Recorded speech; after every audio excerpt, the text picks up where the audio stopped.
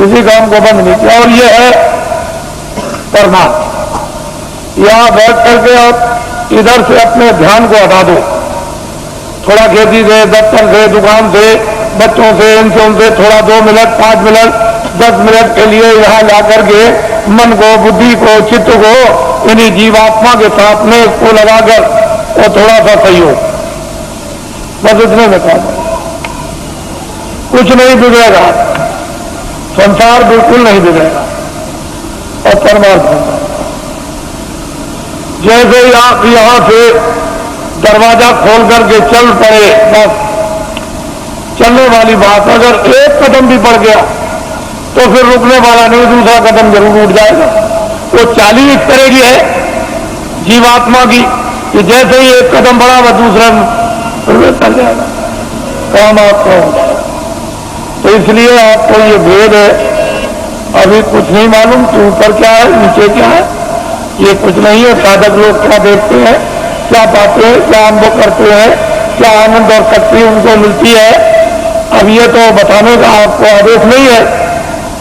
वैसे तो ये बता सकते हैं, लेकिन मैं ये नहीं चाहता हूं कि आपको बताकर साधकों का नुकसान हो जाए।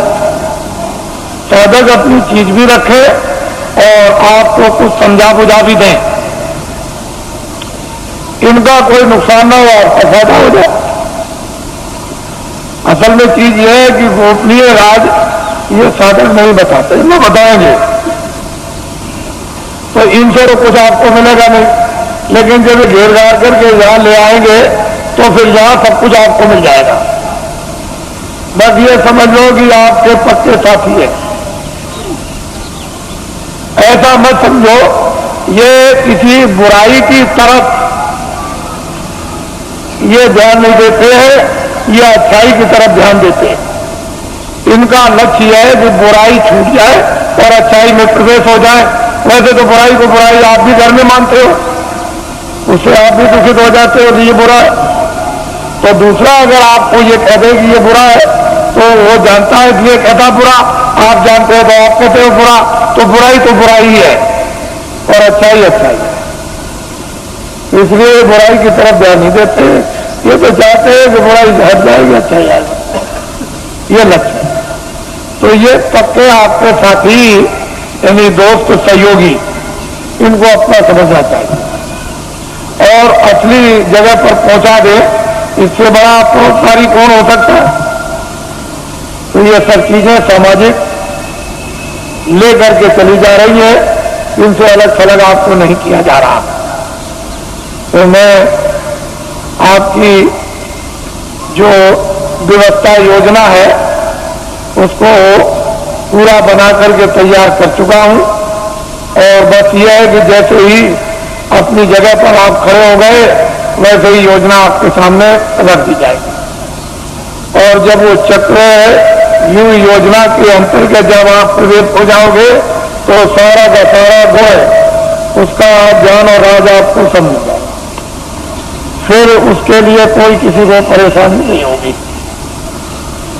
अब यह है कि न जानने के कारण तो सारा संसारी सूल है, गृहस्थाश्रम बेकार है, काम बेकार है, और जान लिया तो गृहस्थाश्रम अपनी जगह, काम भी अपनी जगह हो जाएगा।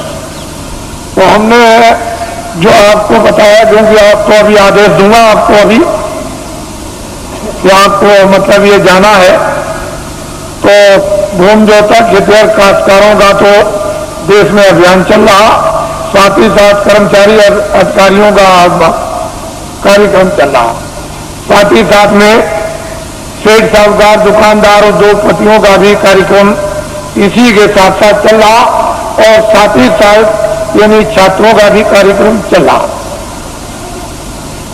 मैं तो ये समझता हूं कि इसमें सब आ जाएंगे। छात्रों में सबके छात्र आ गए, दुकानदारों में सब जातियों के दुकानदार और सेठ साहूकार उद्योगपति आ गए, और कर्मचारियों में सब दफ्तरों के यानी कर्मचारी सभी जातियों के आ गए, और भूमि जोतक खेतिहर काश्तकारों में सब कौमों के भूमि जोतक और खेतिहर काश्तकार आ गए। तो चारी जातियों का बंटवारा कर लीजिए। मैं ध्यान ले जाता हूं कि जरा इनके बारे में भी सोचा जाए, तो मैं सोचता हूं कि कितना इनको वेतन मिलता होगा से इतना वेतन मिलता होगा इनको, इसमें कितना कट जाता है वो भी मैं जानता हूं कि इनकम टैक्स कितना करता है, और फिर इनका बीमा और ये वो योजनाओं में कितना चला जाता होगा, तो इनके हाथ में कितना बचता है वो मुझे सब मालूम, उससे पूरा नहीं करता, बिल्कुल पूरा नहीं करता। जजों का सुप्रीम कोर्ट के पूरा नहीं, हाई कोर्ट के पूरा नहीं, डिस्ट्रिक्टों का पूरा नहीं, डीएम का पूरा नहीं, एसपी का पूरा नहीं, और इनका पूरा नहीं और उनका पूरा नहीं, तो छोटे कर्मचारियों का उनका तो बिल्कुल ही पूरा, क्योंकि महंगाई तो सब पर समान है और टैक्स भी सब पर समान है।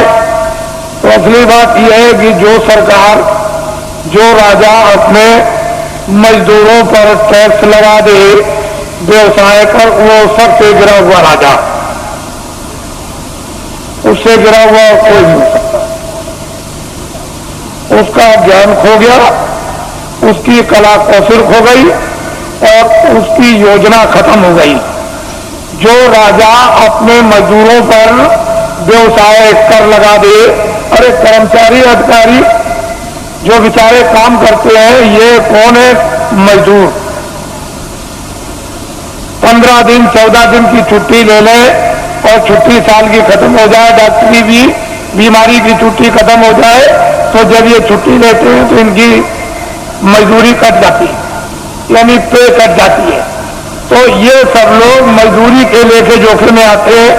व्यवसाय का मतलब यह है कि 10 रुपए घाटा और 1 लाख रुपए मुनाफा, यह है व्यवसाय, यह है मजदूरी।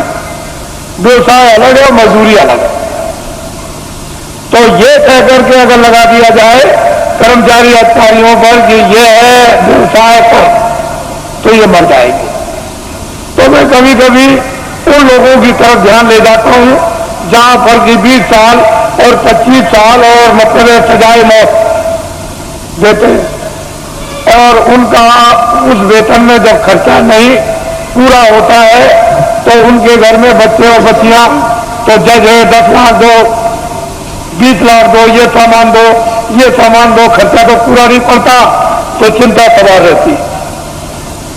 और जब इसको घर की चिंता सवार बच्चे बच्ची की होगी तो न्यायालय में बैठ करके, यानी मतलब ये स्वच्छ है, यानी न्यूट्रल बुद्धि से कैसे न्याय कर सकेंगे, क्योंकि वो परेशानी चिंता में घिरे हुए।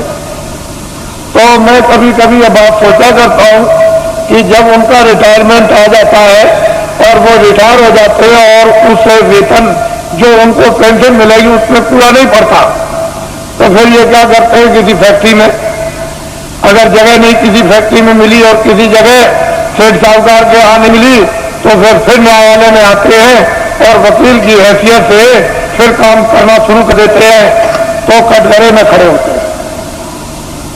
और फिर इस तरह से वही जज जो हाईकोर्ट के थे या सुप्रीम कोर्ट के थे, खड़े होकर कटघरे में मौकिल की तरफ से फिर सलाम करते हैं।